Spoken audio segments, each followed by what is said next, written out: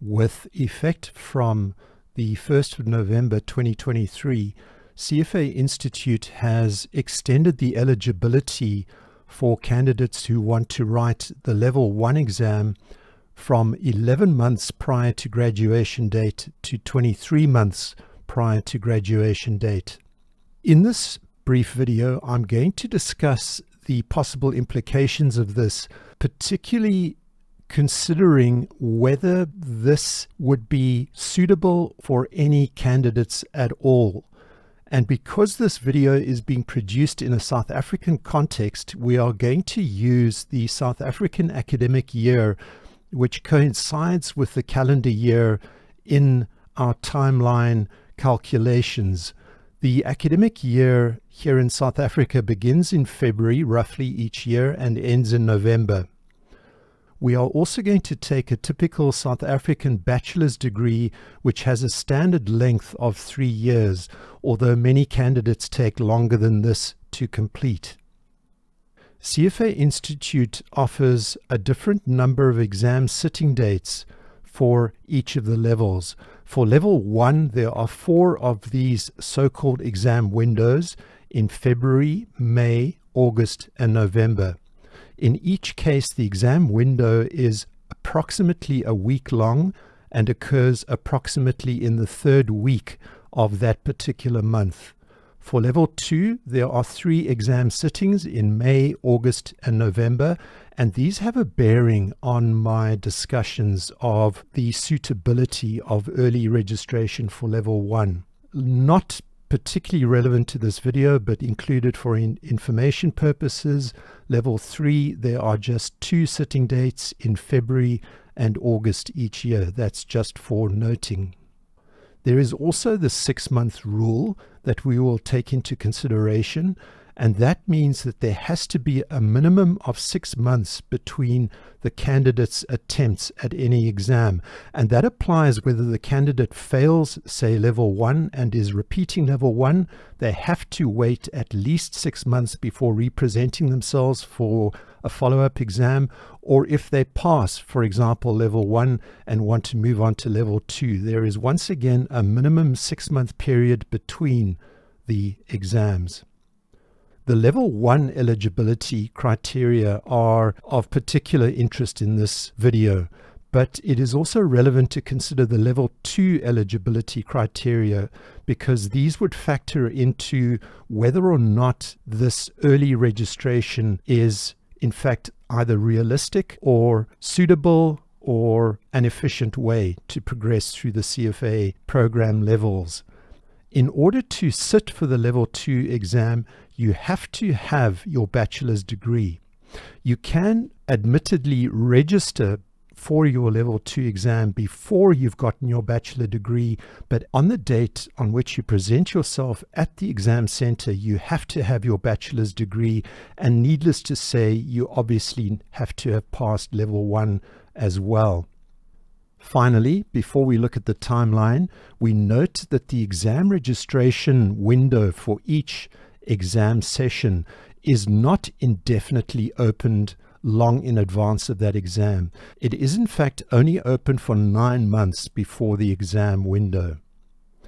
Let's now turn attention to a timeline which is set up taking into consideration the South African student in a 3-year program who expects to progress without trouble through their academic program and graduate within 3 years. Perhaps it is needless to say, but I'm going to say it anyway, the early registration considerations that I'm discussing in this video would absolutely not be suitable for a candidate who is struggling with their university curriculum. This additional extracurricular study work would absolutely not be suitable for someone who would then be putting their bachelor's degree program at risk. We are talking here about students who are coping well enough with their undergraduate studies such that they are casting around for extracurricular activities to, for example, boost their CV. The first year of the program is largely left blank. And that is because we have, of course, the 23-month before graduation date maximum rule for sitting an exam. So anything in the first year of our notional students program is off limits because they are too far away from graduation date, marked there at the end of the third calendar, which is the same as the academic year. The first potential date for our notional student under this new 23-month maximum rule would be the February sitting in the second year. In fact, right at the beginning of their second year of studies. The South African academic calendar for most universities begins in February, around mid to late February, and ends in early to mid-November, typically speaking. So we are talking here about a candidate who has not yet begun their second year of studies. All they have is their first year behind them. And to my mind, the suitability of this for any candidate, however gifted and however intellectually capable they are, is really, really questionable. And in fact, it is this particular consideration that has me somewhat puzzled, to be honest, about what CFA Institute is getting at in terms of these extended eligibility criteria. In order to write that February exam at the beginning of their second year, that candidate would have had to have made the decision to register for the exam around the middle of their first year. And that just seems to me to be a bit of a stretch. The other dates in the second year, the May and the August dates, are perhaps slightly more realistic, but are also problematic in my opinion, because those dates would fall squarely within, in the May case, the first semester study program for that student, and in August, the second semester study program. We're talking there about the middle of a semester where there are projects to be handed in, there are tests to be written, there are tutorial commitments which are ongoing on a weekly basis, and whether the student would be well served by adding on top of a busy academic program the additional commitment to the CFA Level 1 candidate body of knowledge would be highly problematic. The November exam is at the end of the South African academic year. That is when final exams for the year are written. Those are usually high-stake events, counting, for example, 60% or more of the candidate's result for each particular course, and therefore to additionally take on a CFA Level 1 exam on top of your full program of second year topics, whether you are in accounting or finance or whatever it may be, is just, to me, a very, very risky proposition. We move now to thinking about the third year and what may or may not be attractive and or sensible choices in that particular year. If we think about the February sitting of the CFA Level 1 exam, that one, I believe, may be of particular interest to strong students who are very focused and sure of themselves that investment management is the direction that they want to take in their future studies and their professional career.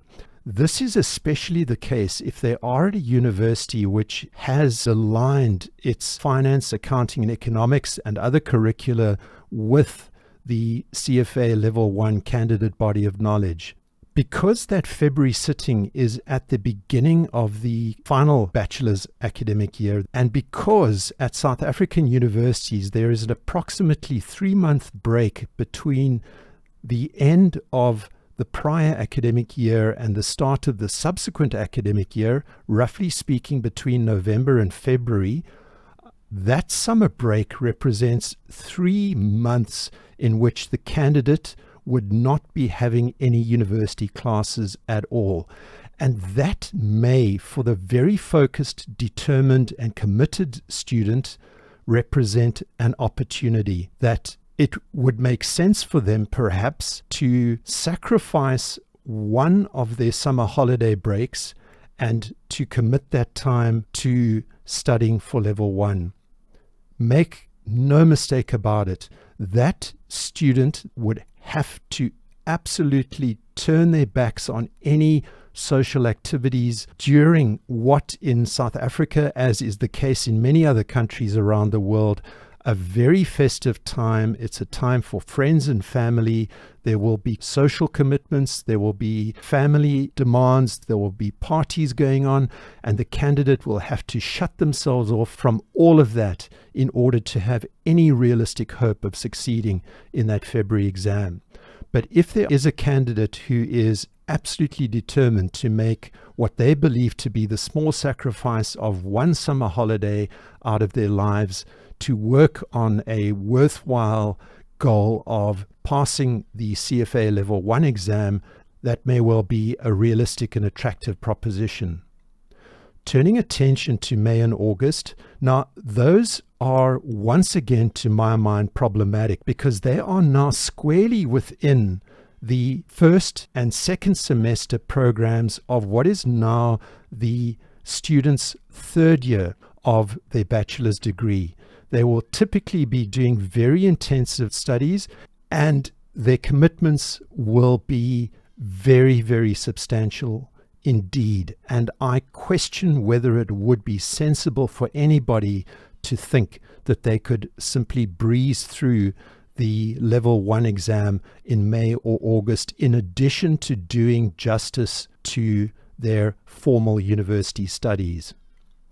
The November exam window intrigues me on the basis that there may well be a situation in which the candidate is at a university which is very, very closely aligned with the CFA Level 1 candidate body of knowledge. And that closeness of curriculum may well create a situation in which the university involved signals to the students that they are in a realistic position of sitting for the level 1 exam on the basis of the fact that the knowledge that they have gained from that particular university during the first, second, and third years of their studies at that university will go a very long way towards preparing the candidate for the level 1 sitting in the final November exam period of their bachelor's degree program. That may well be an option for some candidates at some universities, but I would think that for the majority of cases, to consider taking on the level 1 exam in addition to writing your 2 major exams at the end of your third year is just not going to be realistic. If we assume now that there is in fact an exam window either in the second year or the third year that the candidate considers to be suitable, and they decide to take one of those early exam sittings, we need to now turn attention to the level 2 exams in the postgraduate year. That postgrad year may well be a year in which the candidate has left university and has begun working in their professional career, or it may well be the case that they've moved on to postgraduate studies. Level 2, as I mentioned a moment ago, has 3 exam windows, and bearing in mind that 6-month minimum rule between exams, it is the case that none of the sittings in either the second or the third year are problematic in terms of going under that 6-month minimum rule. If you take the last exam window during your undergraduate studies, being that one in November, you will be absolutely fine, assuming that you pass, of course, for registration for level 2 in your first postgraduate year in May. The final point I want to make about those early exam dates in second or third year is that the CFA curriculum is not 3 independent chunks of information at level 1, level 2, and level 3. They build upon each other, and it is emphatically the case that if you allow too much time to pass between your level 1 and your level 2 exam, your skill sets, your knowledge base will atrophy, and you will be in a position as you take a stale pass in level 1 and try to build on the basis of that knowledge for a level 2 exam, that you are going to find yourself, I believe, in hot water, and that you may well find that you have to reinvent the wheel for everything. So I am suggesting that these very, very early 23-month prior to graduation date, or even any dates in the second year of this notional students program, are possibly risky ideas. Please, if you have any suggestions or comments or questions, leave them in the description down below. I would be very interested to hear from South African students, and indeed any other students, as to what they think about this early registration extension of 23 months prior to graduation date. Thank you very much for watching.